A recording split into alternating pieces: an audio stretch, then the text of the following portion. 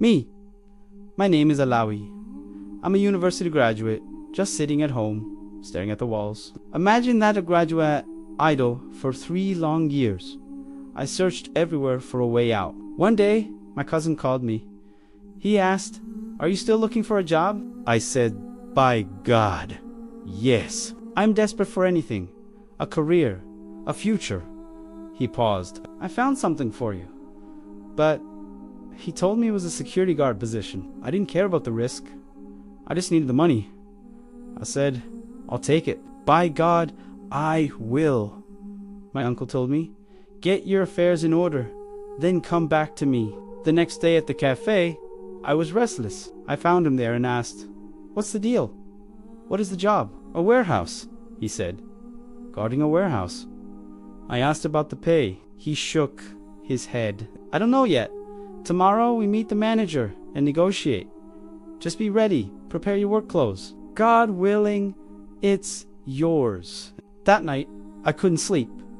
The next morning came. I called him early. We drove out together, heading toward the company. We walked in. "Peace be upon you." The manager looked up. "Who is this?" My cousin replied, "Sir, remember, you asked me to find you a trustworthy guard." The manager nodded slowly. "I remember. Honest, poor, and a graduate. Just looking for a start." "Fine," the manager said. "But I have some advice for you first." I interrupted. "Before the advice, sir, I need to know the salary." He looked me dead in the eye. "First, understand the job. You'll be guarding a facility in the middle of nowhere.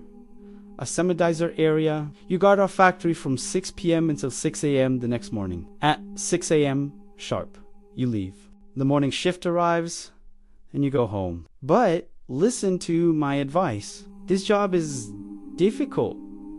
There is a specific room in that warehouse. You must stay inside that room, no matter what. If you hear knocking on the door, if you hear someone screaming, if you see people walking outside, do not leave that room. That is my only advice." I was confused. "I'm a guard. How can I protect the place if I stay locked inside?" He snapped back. "The warehouse is sealed from all sides. There is only one steel door, and you have the key. If you lock it from the inside, no one can get in. So why would you need to go out?" I thought about it. It sounded strange. But then I asked again about the pay. He said, "We will pay you $5,000. $5,000. Brothers, that's nearly 8 million Iraqi dinars. A fortune." He saw my shock. "I told you, it's a difficult job. It's not easy. I had heard stories. I knew people whispered about this place." "Where did you hear these stories?" I asked. "Are they true?" "I've heard them," he said. "The world talks." I stared at him. $5,000. What's the catch?" "It's hard," he repeated. "The 2 guards before you, they fled. They made up excuses and vanished. I told him, I'll do it." He nodded. "Get in the car. I'll show you the site myself." It was late afternoon. We drove away from the city, away from life. The landscape turned into a desolate wasteland. Mountains of rock and sand surrounding a lonely structure. We arrived, a factory, in the middle of the void. "This is it," he said. "This is what you guard." He explained the layout. It was a chemical storage unit. The day shift workers were packing up. Their foreman approached us. "Peace be upon you." He looked touchy me. "The new guy." I nodded. "I'm Ali." He pulled me aside, away from the others. "Listen," he whispered. "Are you sure you want to stay here? Have they told you the truth?" "I'm not sure what you mean." He looked at me with pity. "There are things here. Things the manager won't mention. I'm telling you this as a brother. If you stay, I cut him off. I need the money. I have to stay." "I know," he sighed. "That salary. It's a trap. The last guard. They told you he quit to get married, didn't they?" "Yes," I said. "That's what they said." He laughed, a cold, hollow sound. "Married. No. The last man we found, he was out there in the mountains. He was losing his mind, screaming at the rocks, babbling like a madman. He kept crying out, "Let me go back to her. I need her." We found him at dawn, lying in the dirt, broken. I felt a chill. Who was he talking about? The foreman pointed to the glass room. The manager lied. He told you to stay in there for your safety. But if you see what's outside that glass, if you look too long. I told him, "I'm a guard. I have to look." The foreman grabbed my shoulder. "There are no thieves here, Ollie. No humans. Only you. And the desert. Nothing comes here. Except for them. The man before you is in a coma now," he whispered. "And every time he wakes up, he screams the same thing over and over. It's coming for me. It's coming for me." I looked at the steel door. I had the keys. "I understand," I whispered. "I'll stay." I sat there, surviving on crumbs, waiting for the night to pass. The manager's voice echoed in my head.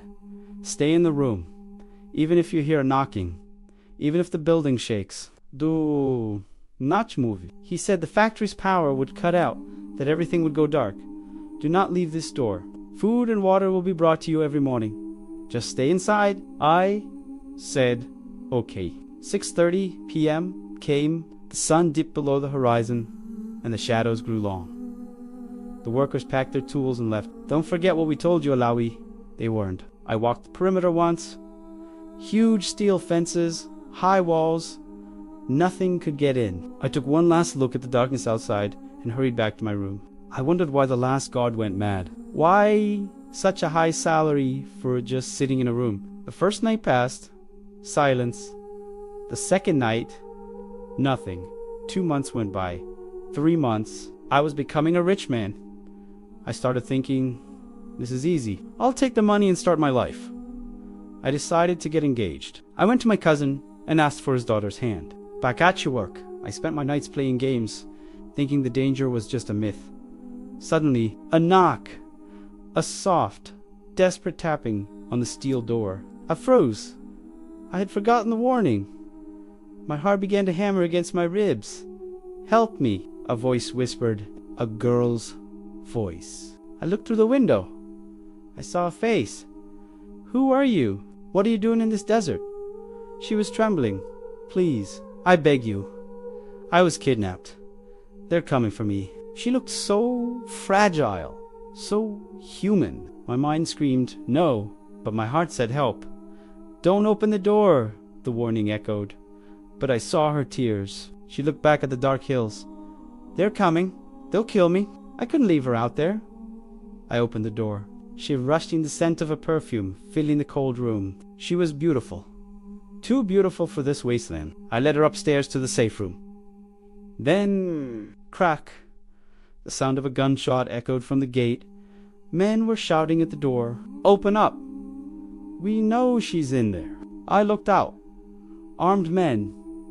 Desert raiders. They looked like ghosts in the moonlight. Their leader wore a heavy turban, his eyes cold and murderous. I looked at her, then back at them. I stepped to the window. "Who are you? Why are you shouting at my door at this hour?" "A girl ran this way," they growled. "Give her to us, and you live." "There is no one here but me. And the desert?" I lied. My voice didn't tremble, but my hands did. They argued, their shadows dancing on the factory walls. "This is a government facility," I shouted. "Leave now, or there will be consequences." Their leader stepped forward. "If you're lying, boy, you won't see the sunrise. Search the perimeter if you must," I challenged. "You'll find nothing." They lingered. The leader stared at my window for what felt like an eternity. He finally turned away. I waited until their dust settled. I turned to her. "They're gone." She was huddling in the corner. "They would have killed me," she whispered. I asked her name. "Zainab," she said. "What brought you to this hell?" She told me her father was a wealthy merchant. She had been taken for ransom. Then she looked at me strangely. "You thought I was a jinn, didn't you? A spirit of the desert?" I didn't answer. "I'm real," she said. She took a pin and pricked her finger. A single drop of crimson blood bloomed on her skin. "See? Spirits don't bleed?" I exhaled a breath. I didn't know I was holding. Thank God. I'm Allie, I told her. I just want to rest, she said, her voice exhausted. Tomorrow, I'll take you home. I promise. She smiled. You've done more than enough. You're my protector now. I felt a strange sense of duty. I would stay awake. I would keep her safe. I found her a place to sleep in the back room. She removed her cloak and lay down. She was asleep in seconds. But as I sat in the dark, the words of the manager returned to haunt me. 5 months ago, they told me, don't open the door for anyone. Even if it's your own father, even if it's a beautiful girl. Do not open it. I looked at the door. I had broken the only rule. The darkness felt heavier now. To calm my nerves, I began to sing softly to myself, a low, mournful tune. Ya Layli, Ya Layli. Then, from the silence of the factory, I heard a voice joining mine, a faint, distant echo. Was it her, or was the building itself singing back? Morning finally broke. The sun hit the steel machines, turning the factory into a cage of light. I had survived the night. I looked outside. The desert was empty. The raiders were gone. But my mind was a storm. Was it all a trick? Was the girl a victim or a lure? I looked at her sleeping form and whispered to the shadows, the devil has many faces. And last night, he wore the face of a girl, the desert watchman, the king of the cave. I sat there, the weight of the night pressing against my chest. I realized then the devil is far more cunning than the stories suggest. As the first gray light touched the horizon, I looked toward the peaks. There he was, a lone figure carved out of the mountain's shadow, watching me, waiting. He was armed, a spectral sentinel against the morning sky. My blood ran cold. I rushed back to the room. I burst through the door, my heart a drum of panic. Who are you? I demanded of the girl. She begged me to stay back. I am leaving, she whispered, before they take you to... I told her about the man on the ridge. Her eyes went wide with a fear that wasn't human. She spoke of a cave, not a storage unit, but a void beneath the desert, where they keep those they snatch. The entrance is hidden, she said. No one who enters ever truly leaves the same. I told her I would protect her, even as my own reality began to fracture. The sun finally rose, a cold, indifferent eye. The workers arrived with the manager. I had to hide her. I had to lie. How was the night? Ali, the manager asked, his smile too sharp, too knowing. I told them I saw a beast, a monster in the dark too, explained my shaking hands. When I turned back to the room, she was gone. No footprint, no scent, just the empty desert air. A week passed in a fever dream. The silence of the factory became a physical weight. Then they came for me. The raiders, the men from the mountain. She told us everything, their leader growled. She confessed you were the one. They didn't kill me. They forced me toward the peaks, toward the heart of the void. We entered the cave. The air changed. It didn't smell of dust, but of a perfumed jasmine in ancient earth. It was a palace of shadows, filled with gold that glowed with a sickly, unearthly light. There she stood, no longer a victim, but a queen Zainab, a princess of the jinn. Their king sat upon a throne of obsidian. You passed the test, little human, he boomed. You chose mercy over the rules. You chose a soul over your own safety, the king said. He gestured to the mountains of gold. Take what you can carry. This is the price of your silence. I filled my bags with the heavy, cold metal. My hands were stained with the wealth of another world. Go, they whispered, and never look back at the desert. If you return, you belong to us. I found myself back at the company office in the city, the gold heavy in my pocket. I asked for the manager. I wanted to resign. The secretary looked at me with confusion. A guard? Sir, we haven't had a guard at that site for 2 years. But the workers, the factory... I stammered. She shook her head. That facility was abandoned after the last man disappeared. There is no one there but the wind. I walked out into the crowded street. The gold was real. The weight was real. But as I looked at my reflection in a shop window, I didn't recognize the man staring back. My soul was still back there, locked in a steel room in the middle of a desert that doesn't exist.